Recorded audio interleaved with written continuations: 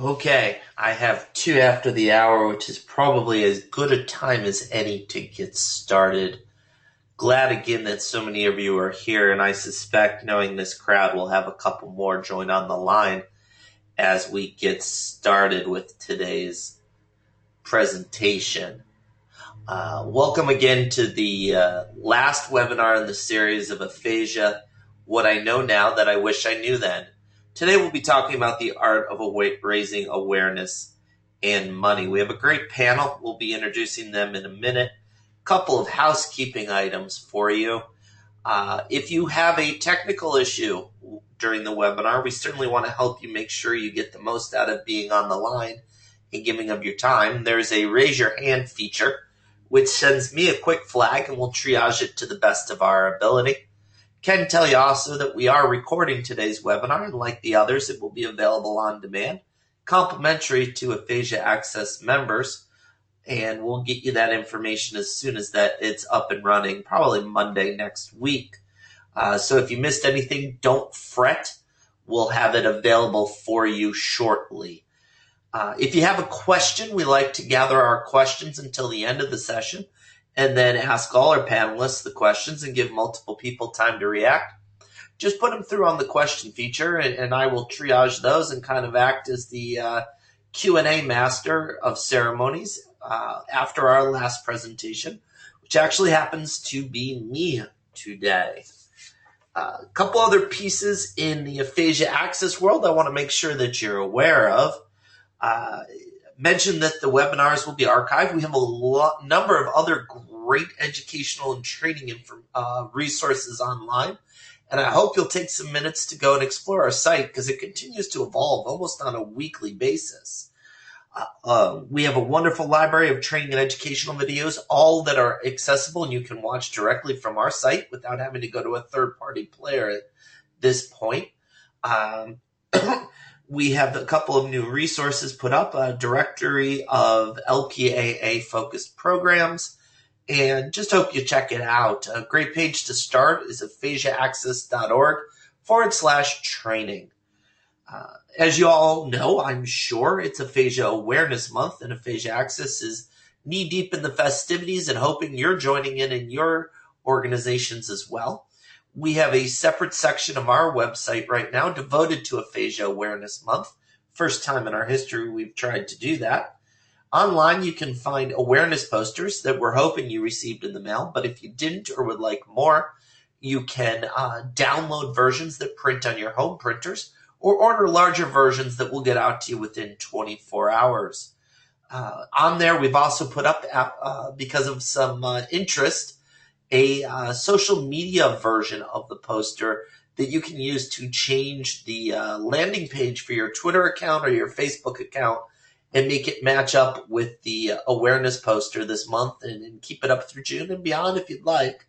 Also have some social media posts that you can hit a couple of buttons and they go directly out into your organization's account. And just generally trying to make it easy for you to help spread the word through your channels and participate alongside us, because we think that's one of the great things about June every year. Finally, because I do want to dive into our speakers, and thank you all for your patience in this couple of minutes of announcements. It is that time coming up quickly again for AphasiaAccess's Leadership Summit. Hard to believe our first was in 2015. We hold them every other year, so 2017 is our next summit, and we have the dates, March 16th, 17th, and 18th on the campus of the University of Central Florida in Orlando, Florida. Within the last day or two, we've posted our landing page for the summit, so you can start to see some information, scheduling. You can see some presentations from last year to give you a sense of the type of educational content at a summit. And you can also look at pictures from 2015 and feel like you were there and wonder if there's any other choice but to join us in Orlando come March. So really do hope you'll be with us March 16th, 17th, and 18th on the campus of UCF in Orlando for the 2017 Leadership Summit. And we'll continue to post more information on our site. I think the next piece you'll see is going to be the call for proposals for papers and posters. And that should be up Oh, I don't want to tell you a specific time and be slightly off from it, but it's coming in the very near future. So that's our housekeeping. While I take a short breath, let's dive in and get going on our presentations. I'm going to introduce our three speakers today, speaking about the art of raising money and awareness. Rachel Reinert is the owner and wordsmith at a firm called Content Forward. She helps companies and nonprofit organizations craft a compelling message and find the best way to tell their story. As she says, you can have the best service to help people with aphasia, but if people can't easily learn about your service, everyone loses. The internet has totally changed how we connect, gather information, make purchases, and find services, not only for ourselves, but others. And that's really the focal point of where Rachel serves her community, her region, and beyond down in Texas. She serves on the board of the Aphasia Center of West Texas, which has helped keep her eyes open to the challenges of getting an often misunderstood condition in the public eye, where those who need it can truly find help. She has over a decade of experience developing and managing campaigns on all levels, including organizations that you might know called Nike, Nike Air Jordan, and JetBlue Airways. We'll get to Rachel's presentation, which will be the first in just a moment. Then there's Wendy Greenspan. Wendy is the program director at Adler Aphasia Center, and we love Wendy for so many reasons. And another one is that she is the guru and the magic maker behind AphasiaAccess's Facebook site, and we would not have such a robust portal if it wasn't for Wendy, and we are just so grateful to have her voice on this webinar and her support day and day in that role. As I mentioned, she's the program director for the Adler Aphasia Center satellite program in West Orange, New Jersey, and for communication groups affiliated with the Adler Center throughout New Jersey. She has experience working in a variety of healthcare settings with adults and neurogenic communication, cognitive and swallowing disorders, with a focus in the area of aphasia. And I think if you asked her one of her points of pride, it would be that she's a founding member of AphasiaAccess. The third speaker today, stepping out from behind the curtain where he usually is on days like today, is yours truly. I'm Todd Von Deak, as the executive director of AphasiaAccess, and I'll tell you more about my presentation in a minute. But what I think is relevant is that I've spent about 20 years working with groups like AphasiaAccess in all aspects of nonprofit organization in the healthcare, recreation, and municipal service industries. What else do I do? I am a professor at Drexel University, where I teach a number of different courses. And I am a doctoral candidate where I do research on what goes on in the nonprofit setting. I'll tell you more when we get to me, but you don't need to hear from me right now.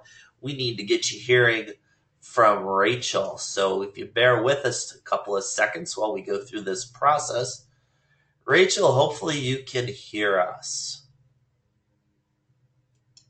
Yes. Can you hear me? We can hear you loud and clear, and I've just clicked the button to send all the power of GoToWebinar to your desktop. Okay, perfect. So are you seeing my screen right now? We are seeing your screen and a wonderful title slide. Perfect. Okay. Well, thanks for having me. I'm happy to join. As Todd mentioned, I've spent a little bit of time in the aphasia community, so I know a little bit about the challenges that are unique to you. So hopefully you find this relevant and useful. I know I have just a couple of minutes, so I'm going to jump right in. We're talking about raising awareness and money, and really the first step in that is your web presence. So let's see here.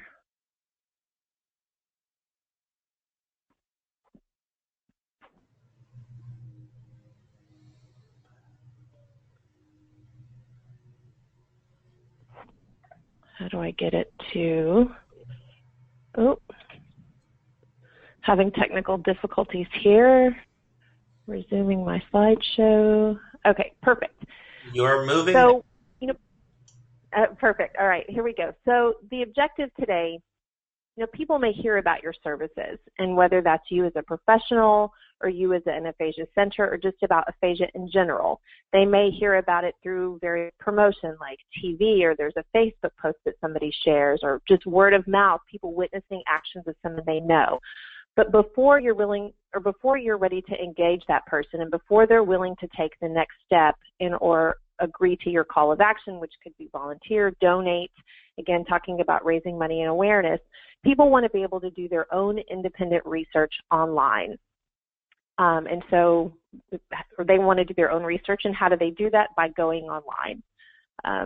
People spend the average adult spends about 6 hours a day online, whether that's checking Facebook or going through emails or all the things that we do online. So what better of a time to click over and research something? Oh yeah, I heard or I saw.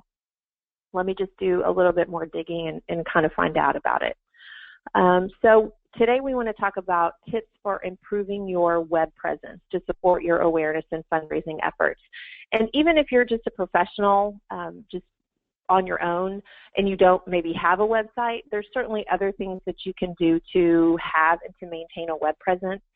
So we'll talk about the goal of the web presence, some communication challenges that are unique to the aphasia community.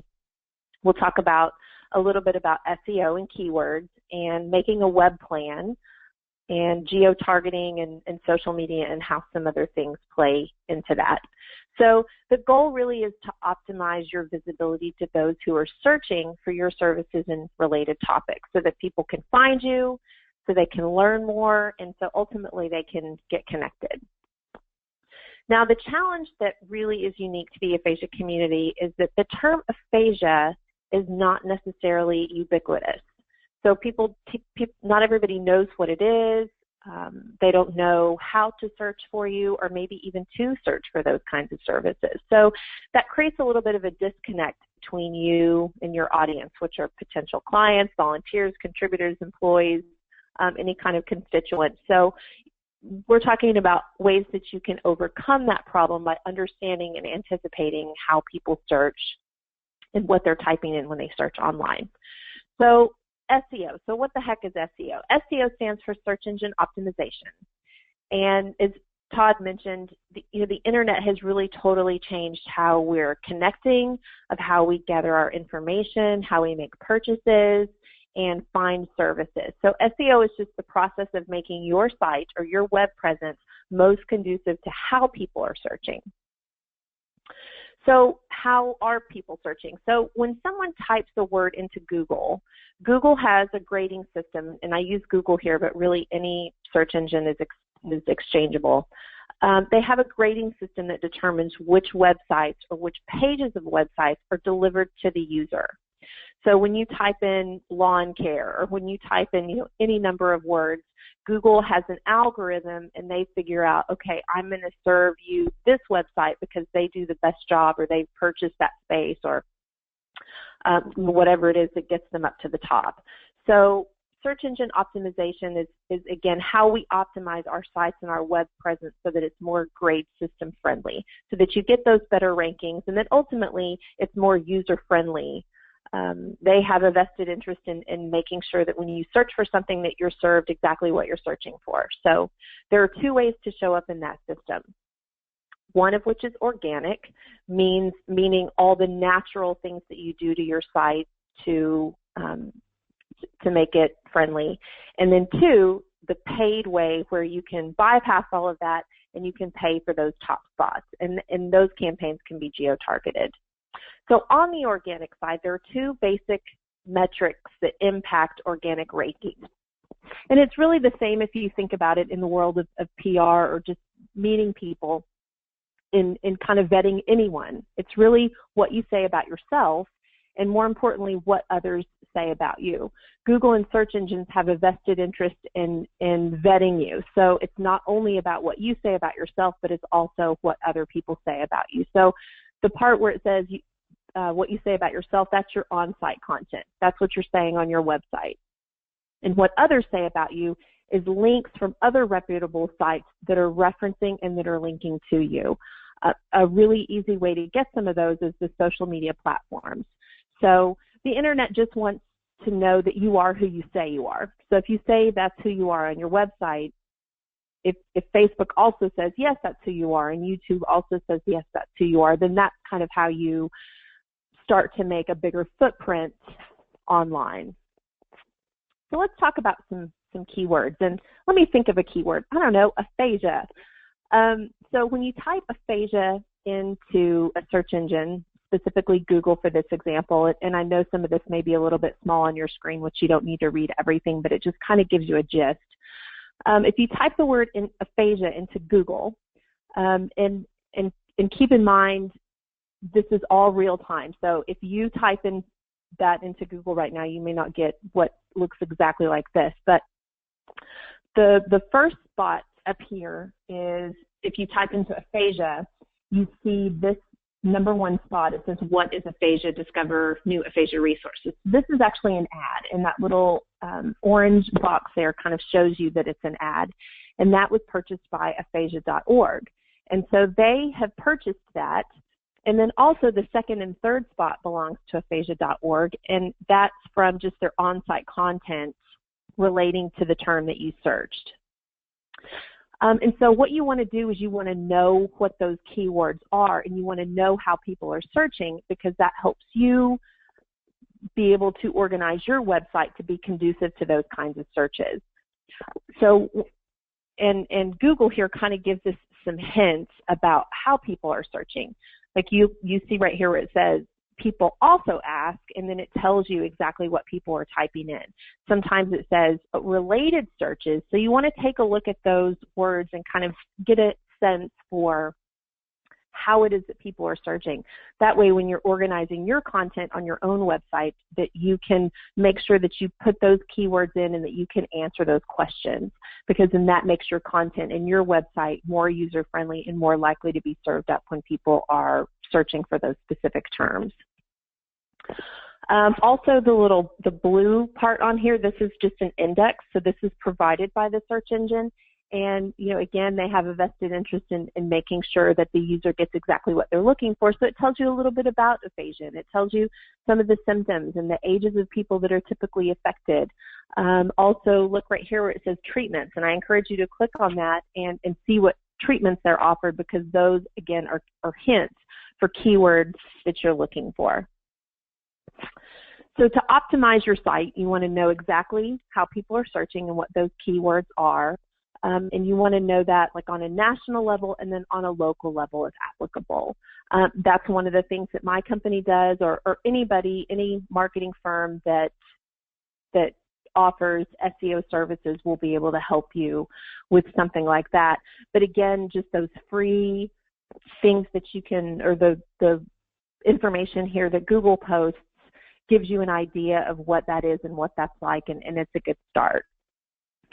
So on the national level, from our research, we know that monthly search volumes for the term aphasia and asking about the definition in medical terms, like, you know, global aphasia, and I won't pretend to know the medical terms because that's more your expertise, but people are searching for broad definitions and keywords that are related to medical terms, over 153,000 searches a month. An interesting point, I thought people are searching Gabby Gifford and Gabby Gifford recovery and Gabby Gifford aphasia, so I know she's bringing a lot of awareness to this community and the condition. There are over 3,000 words related to treatment and resources that are typed into search engines in a month. And then for your local, that will vary by area. Sometimes it's like a specific service or a specific treatment, and then your city, comma, and the abbreviation for your state, because people are looking, okay, for a support group or for speech therapy in, you know, my city, comma, state. So that's another something to know about keywords.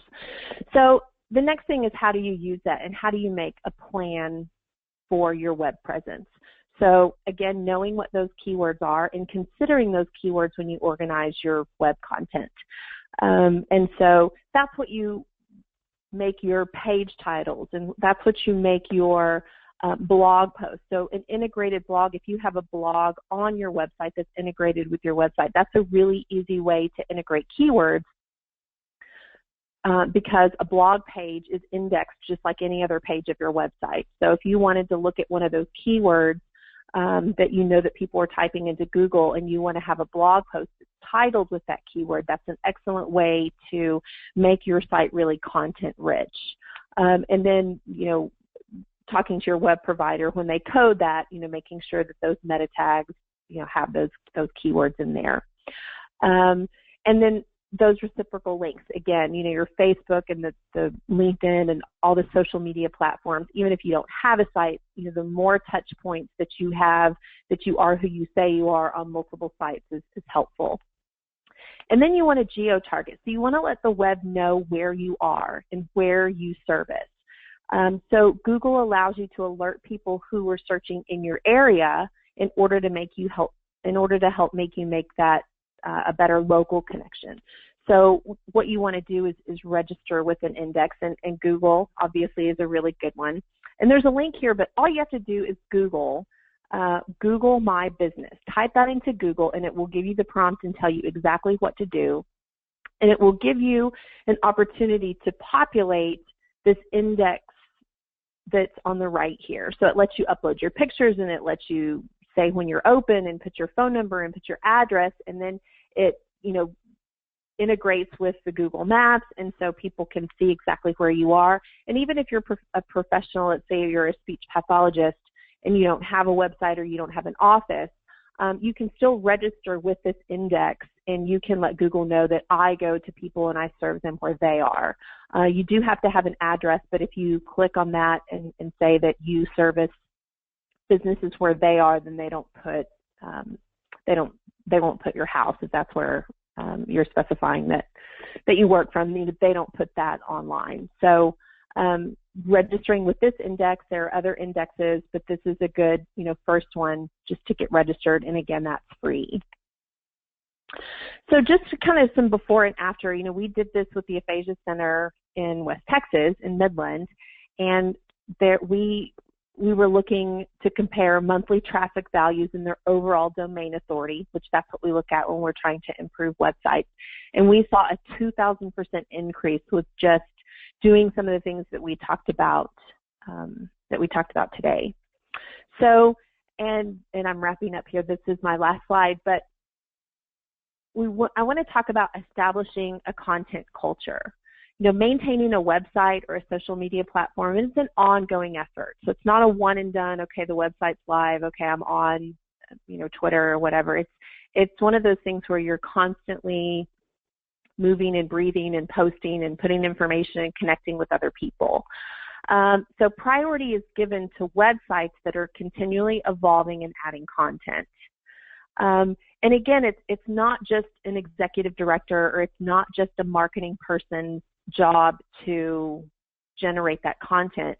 They really need to be looking from everyone that's involved in an organization or everyone that's involved in a community for content. And really everyone has a perspective, and therefore anyone can help generate ideas for content, because I may look at something or see something or experience something that's different from somebody else.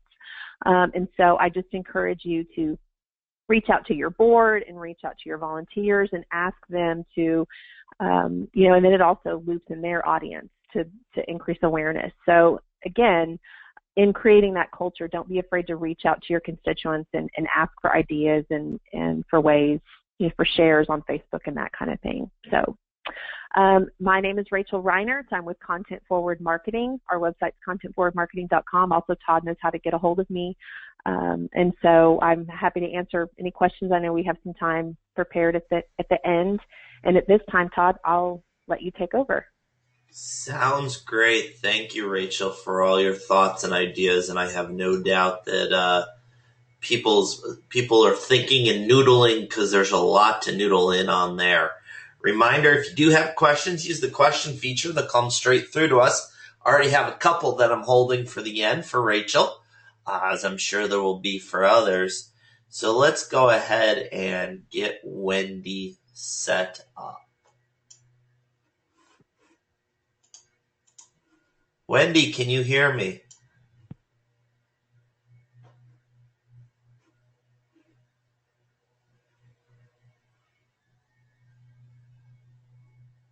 Hello, Wendy.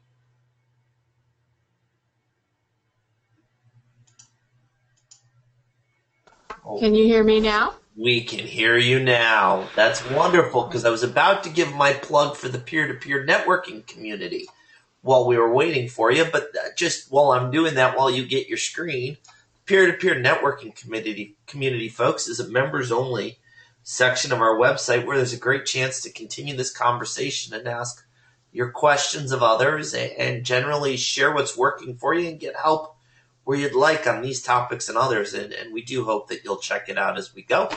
Seeing Wendy's title slide, I'm going to hand it over to her and say we're glad you're here, Wendy. Okay, thank you very much, Todd. My portion of the webinar today will focus on a program at the Adler Aphasia Center in which we educate healthcare students about aphasia. And with this program, we raise their awareness about aphasia so that they will communicate more effectively with their patients with aphasia, give a positive message of hope to their patients with aphasia, and make appropriate referrals for speech pathology services and aphasia programs.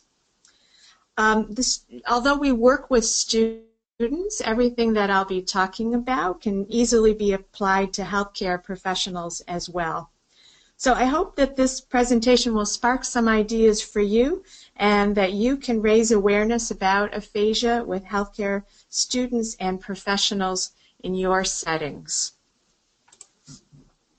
I'll be speaking for about the next 10 minutes or so, and I'm going to be covering the logistics of what we do, talking about the participants and the topics and the format that we use.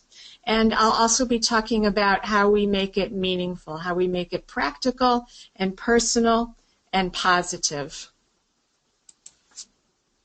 So the participants in our program include medical students, and we have students from all different specialty areas, not just neurology or rehab, because any doctor, or say a dermatologist, is sure to encounter a patient with aphasia at some point in their practice.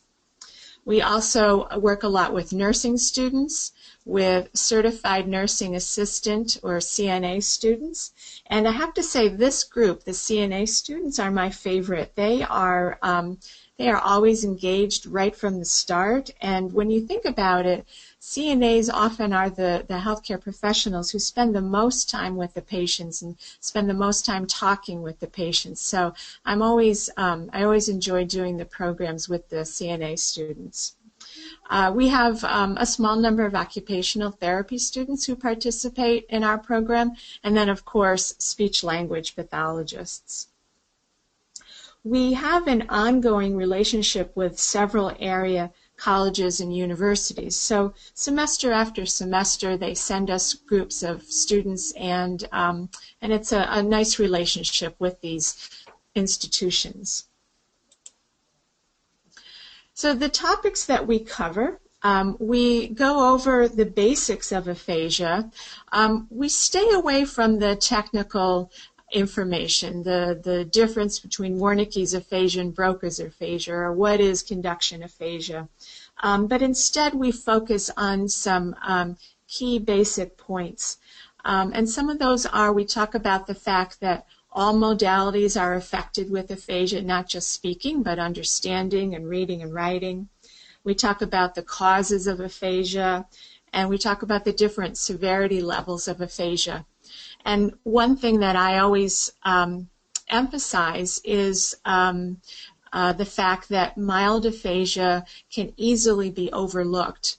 Often, especially in the hospital setting, when doctors and nurses come in and out of rooms very quickly and the conversations are very brief and everybody's in a hurry, somebody with a mild but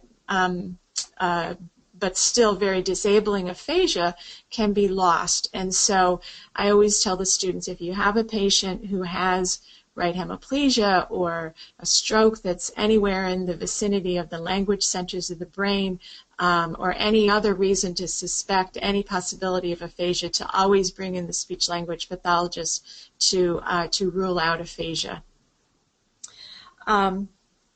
Secondly, we talk about supported conversation techniques.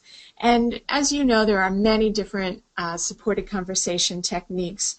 But we focus on what I think are the four most important aspects of supported conversation.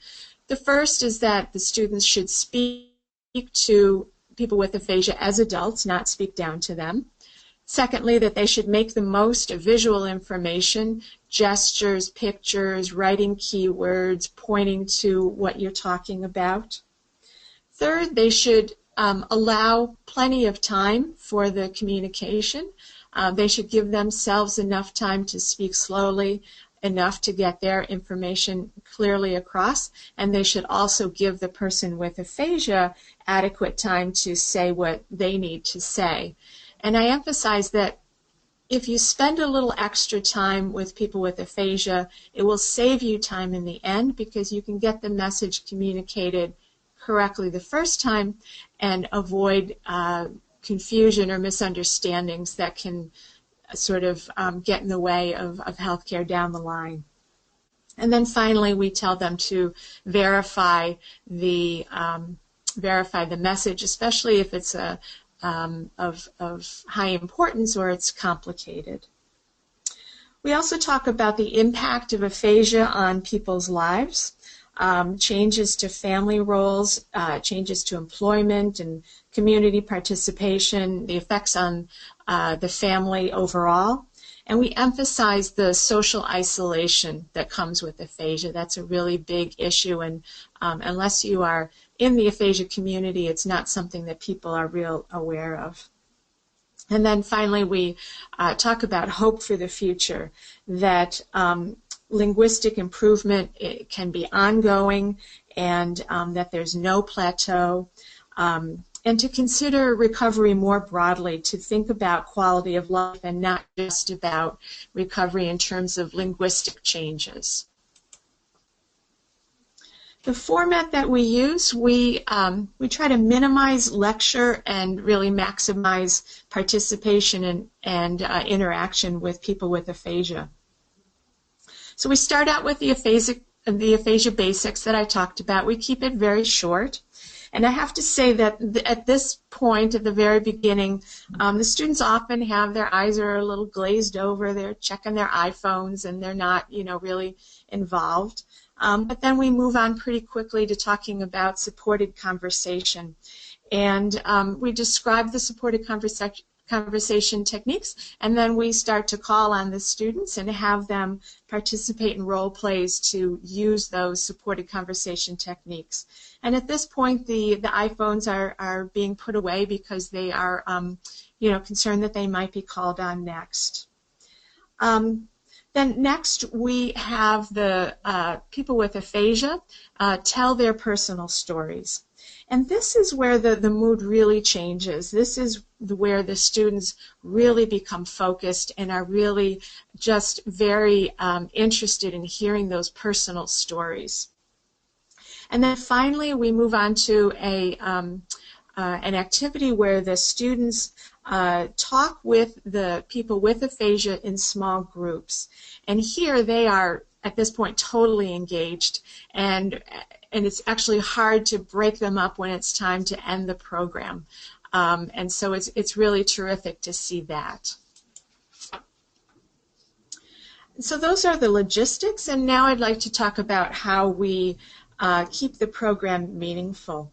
We try to make it as practical as possible. We talk about the supported conversation techniques that the students can then use the next day when they meet with their patients.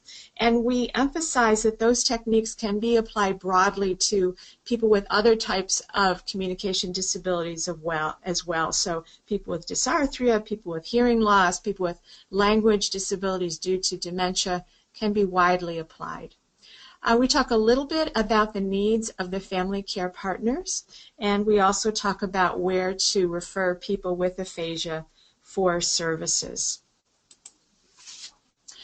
We make the program personal.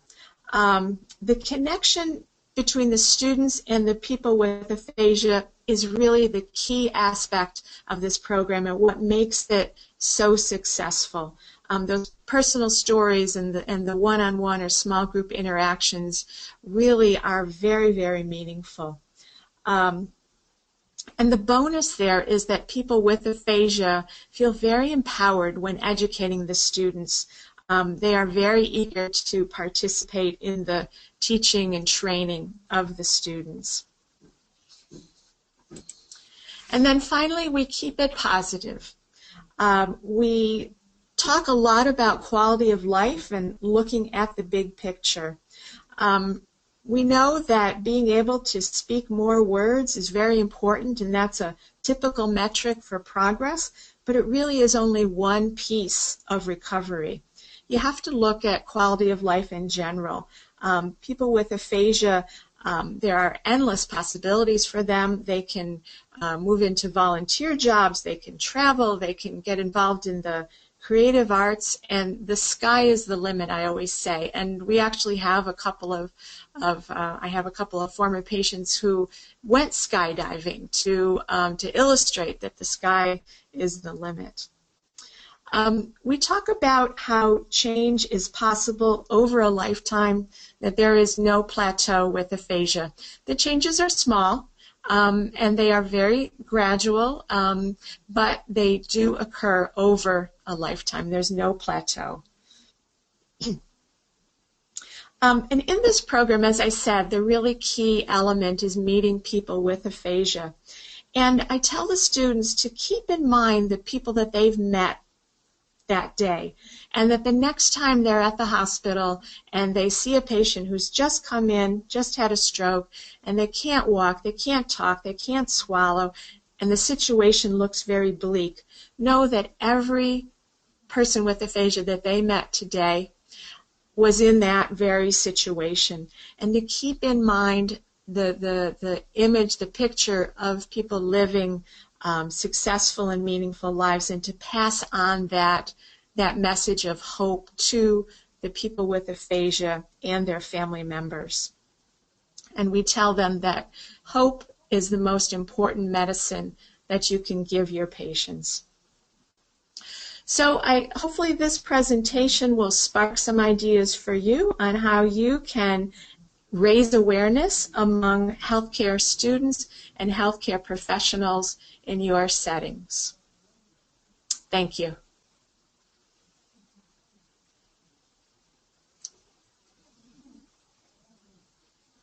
Thank you, Wendy. Thank you very much. Okay, as we do this, we're going to transition one last time to yours truly. Please don't forget, we love your questions, and you can share them with us simply by using the question feature, especially if you have anything you'd like to know about generating awareness, or if there's anything in particular about the fundraising side, which I'll try to touch on a little bit. But I also think it would be great if we got your specific questions about the fundraising challenges you have in your own organizations and how we might be able to give you some thoughts and feedback and go from there. All right. Let's see if...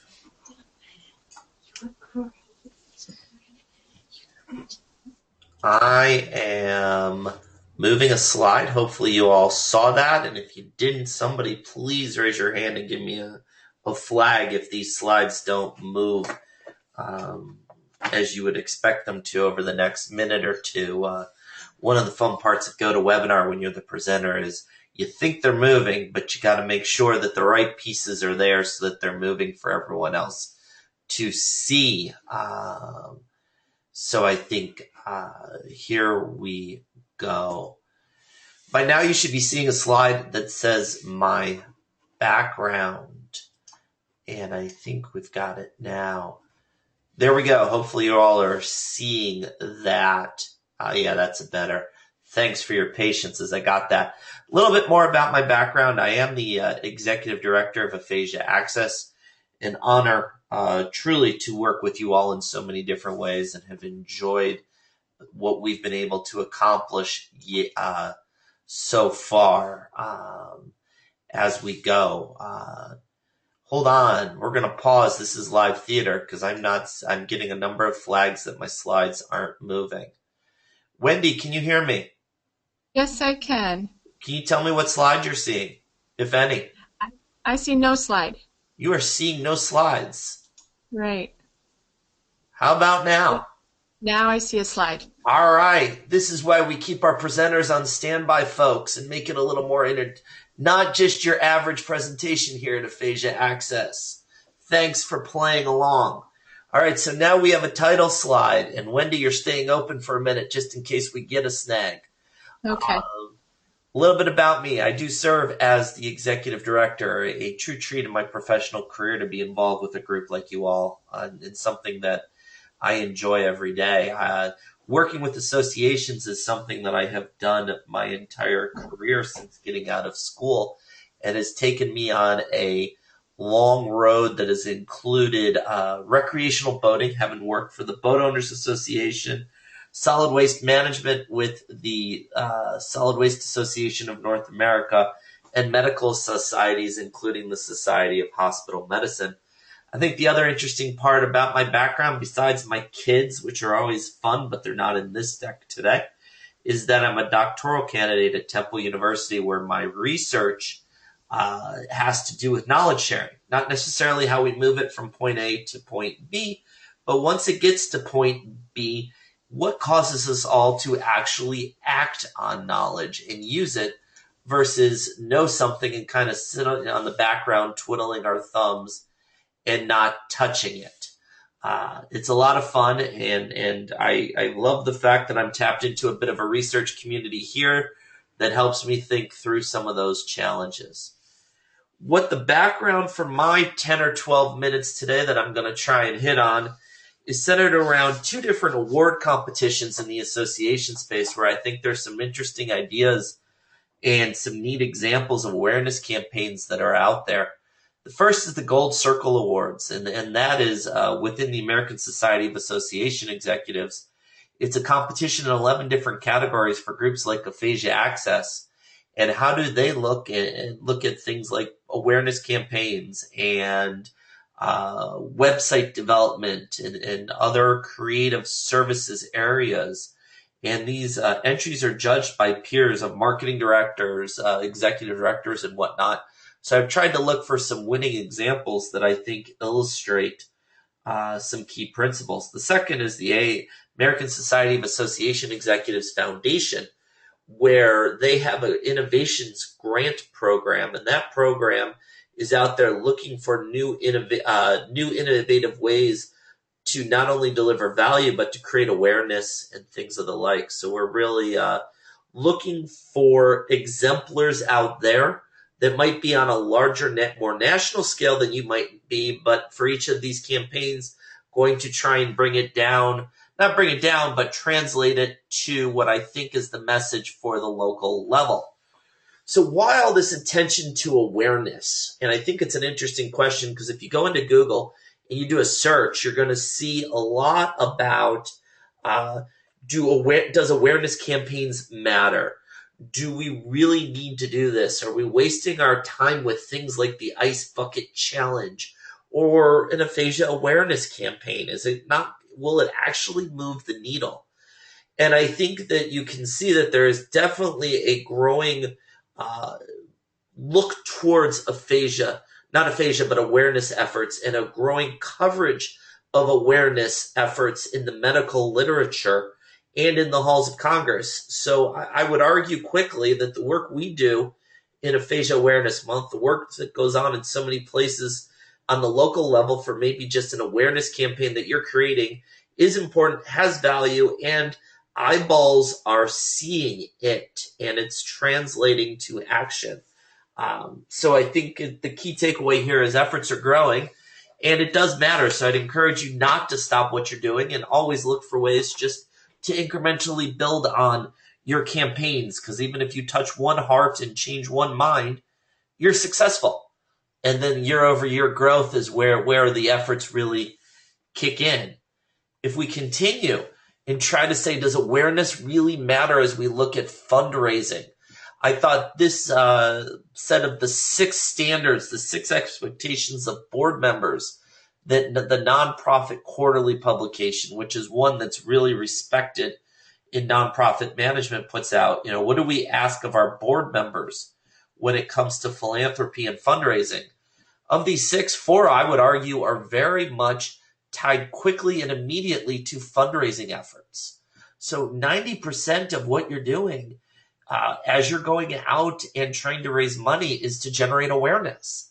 So it makes perfect sense to be talking about awareness campaigns today, because you need people to understand first, then to kick the tires second, from there to get involved in a small way. And that only builds as you're talking about the value that you're creating in your community, the value you're creating for people with aphasia, the value you're creating for their loved ones. And I just want you to understand that from my belief in my travels over the last 20 years, you don't raise money without raising awareness. And it starts, once you've raised awareness, the raising money becomes a lot easier because it's a knowledgeable sell. It's not a cold sell, so to speak. So dive into what you're doing and know that every piece, every step forward is putting you on the fundraising track where we all need to work more. What can I tell you from my travels? What I can tell you from my travels is that there's 4 themes. I don't want to pretend that the next 10 slides are about how to build the perfect campaign. That's a 2-hour, 3-day program. There's a lot of stuff going on there to build a campaign that we can't cover in an hour. But I would tell you that the leadership of AphasiaAccess is always happy to try and be a resource to you and a sounding board as you're developing your efforts. But rather than give you the full textbook, kind of 4 themes that I think could take any effort you're doing and take them to another level. The first is that classic meme, keep calm and stay on message, and I think it's pretty self-explanatory. Then I'm going to talk a little bit about how getting out in multiple channels just changes the game in your awareness efforts quickly and real. Humanize, that picture is from the Humans of New York campaign that I probably have seen.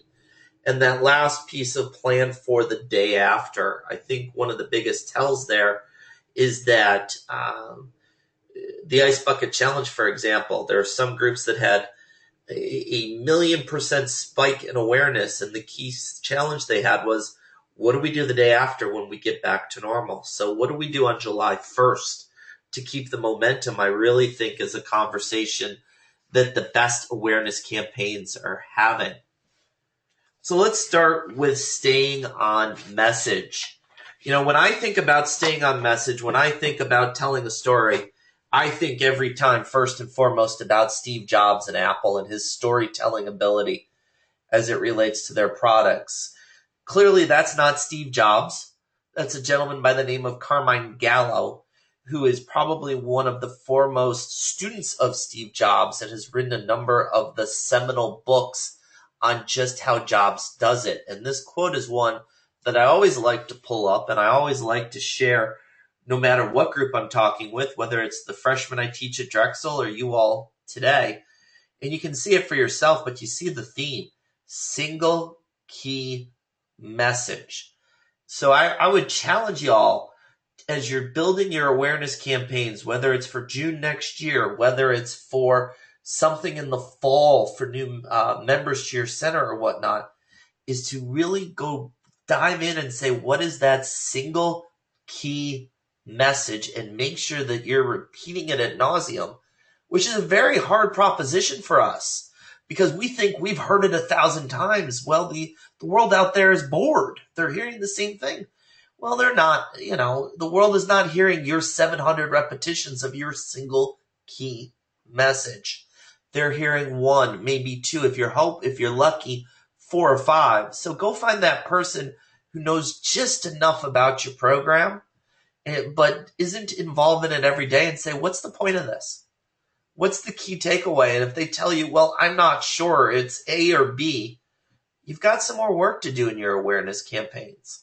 If they say, I know it's this, well, then maybe you're on track. So that's a message. And Gallo offers a simple exercise, which I've tried to illustrate with these thought bubbles, which I thought were appropriate for today's audience, and said, can you get your main point in a tweet, and can you build 3 points around it? And then can you channel it into everything you're doing?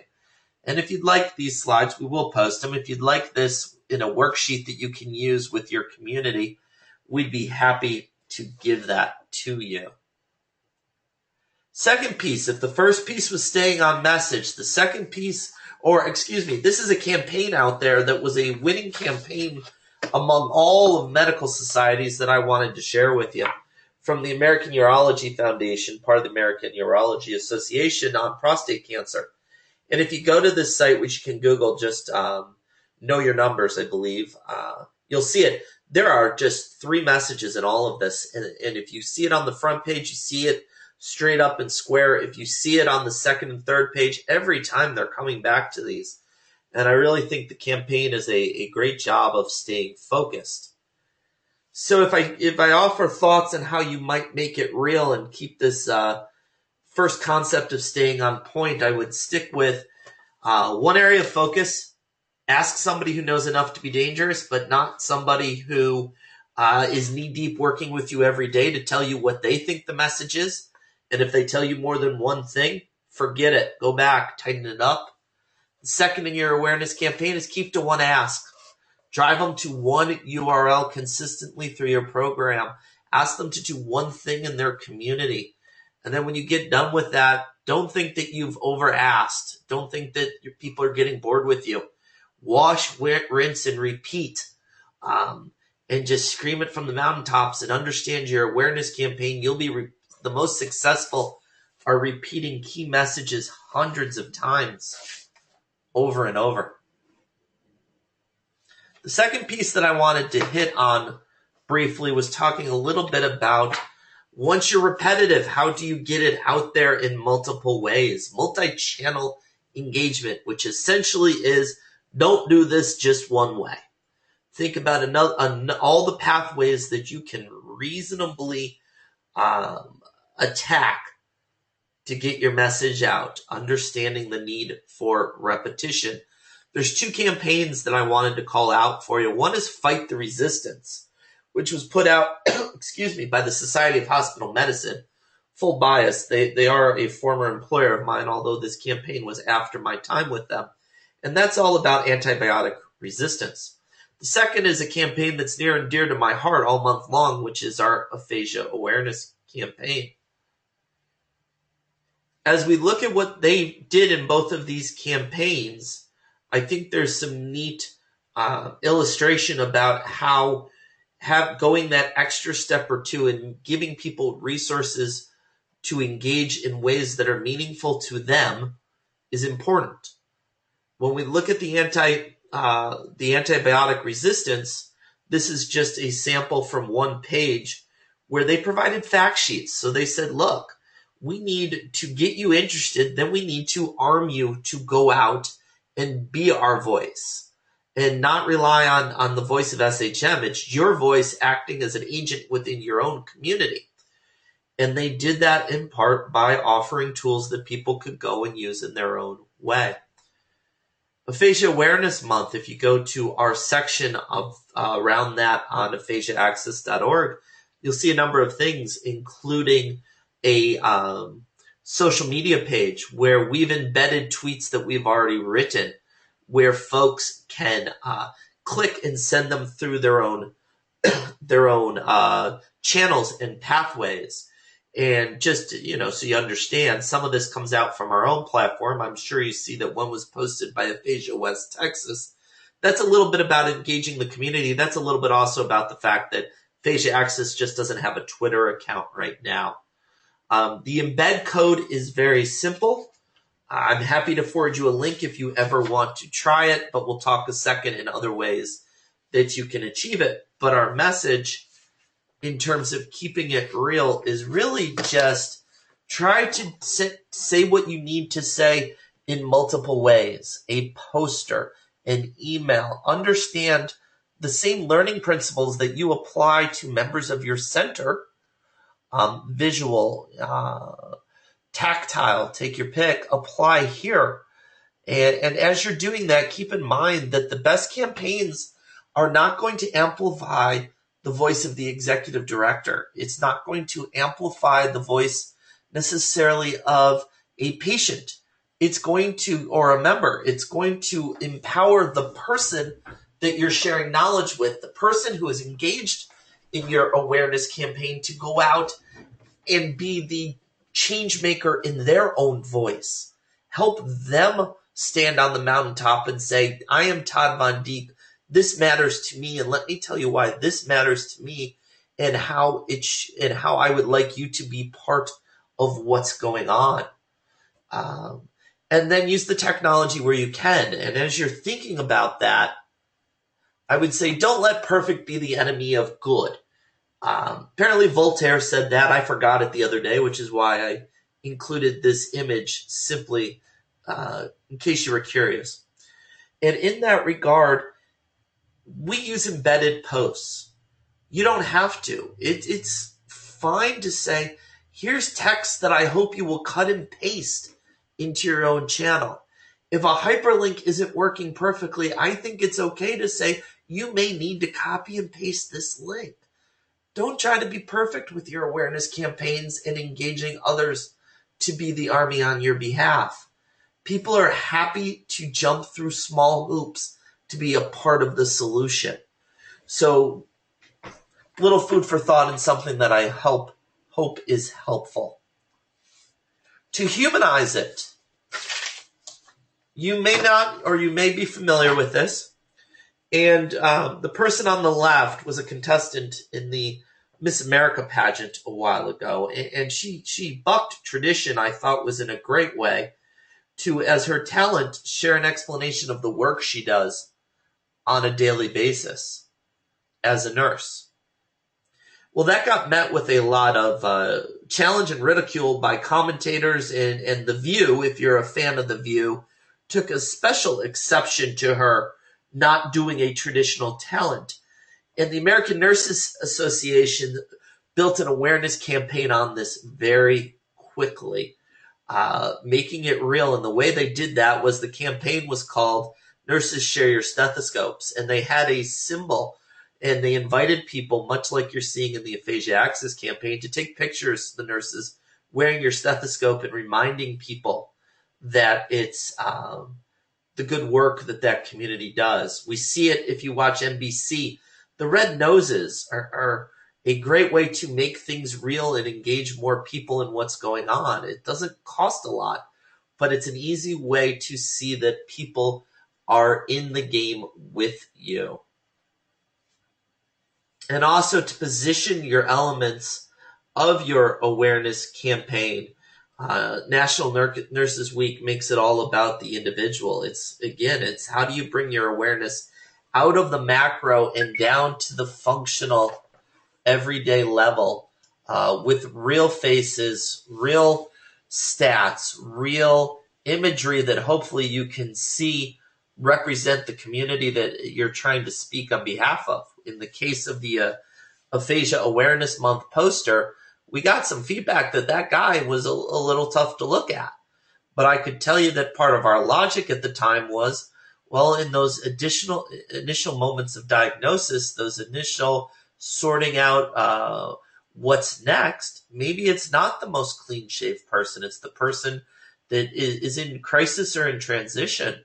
So that imagery was chosen very specifically in that campaign.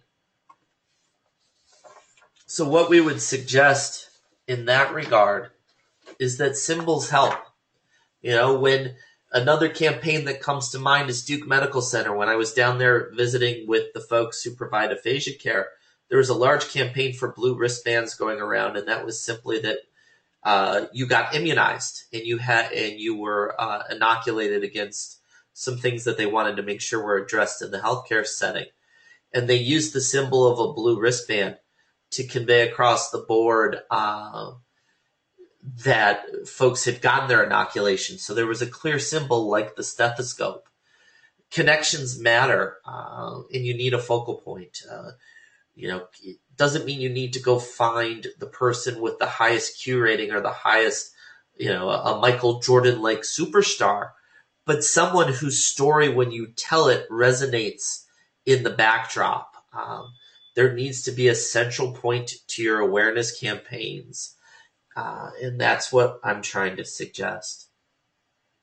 So the final point here, excuse me as I settled in on that slide. So you've focused, you've gotten myopic on your message, and you've repeated it over and over again, understanding that that's a key to your awareness campaign. One message, one ask, spoken from the mountaintops.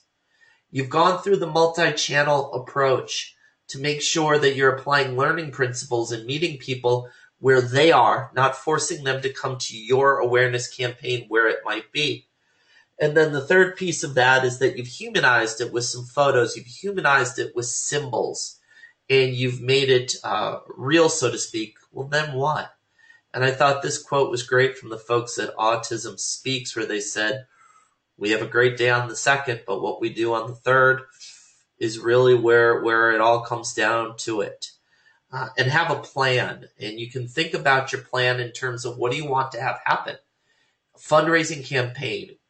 Well, does your awareness campaign capture names, address, emails that you can send a follow-up piece to?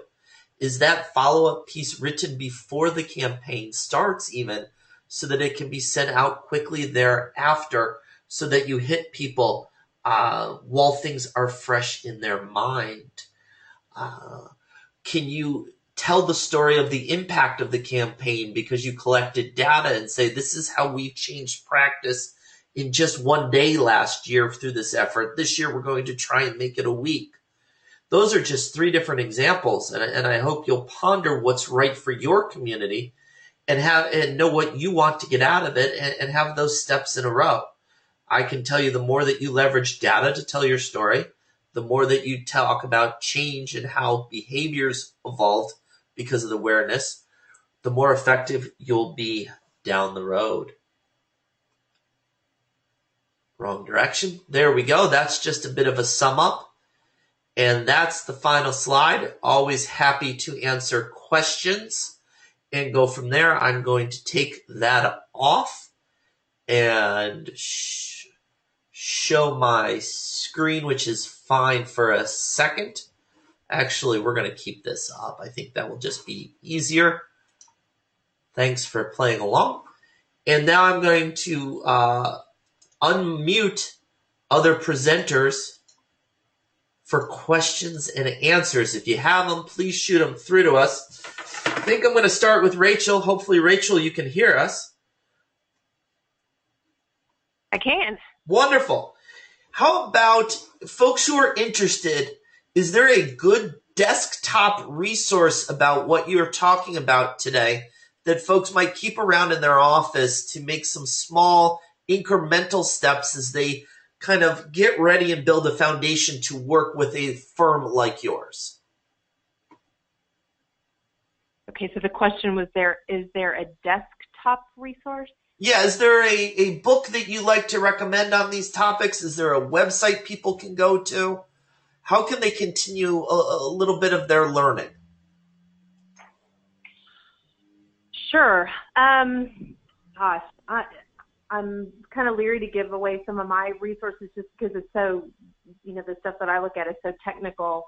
But certainly, I can help, we can dive in and look at very specific things like, how much did AphasiaOrg pay for that position at the top and those sort of things. But I think just, top line is, making sure that you register your business with Google My Business and, just doing kind of a couple of things, just understanding some very basic top line things. And, that's a really good start to what we're talking about here in increasing your footprint online. Just making sure that, you have the Facebook page, that links to your site. Also mention, having your center or having you as a professional listed as an index on somebody else's site. You're all a community and you're all friends, and really we're all working towards the same goal here. So sharing information and sharing, putting each other's links on each other's sites is a good way also. So just kind of those getting started with the top line thing. And another thing is, again, and Todd, you mentioned this in your presentation, is that the responsibility doesn't fall on one person. It's really, other people have a perspective, and what Wendy mentioned with, this student and their perspective and an experience that they had. I mean, those are really rich stories that draw people in and that help them make that next link in terms of, donating or getting involved with the cause and that kind of thing. So, just kind of some of the top line things that we talked about is really a great start. Great. Wendy, I have a question for you. The approaches that you talked about, are they useful for the wider community, such as businesses and government offices?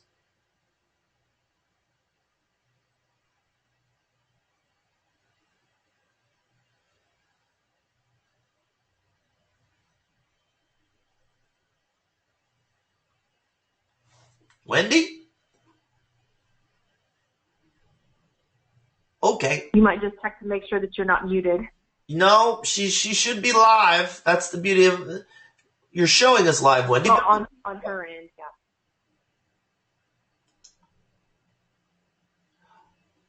Okay, let's jump ahead then.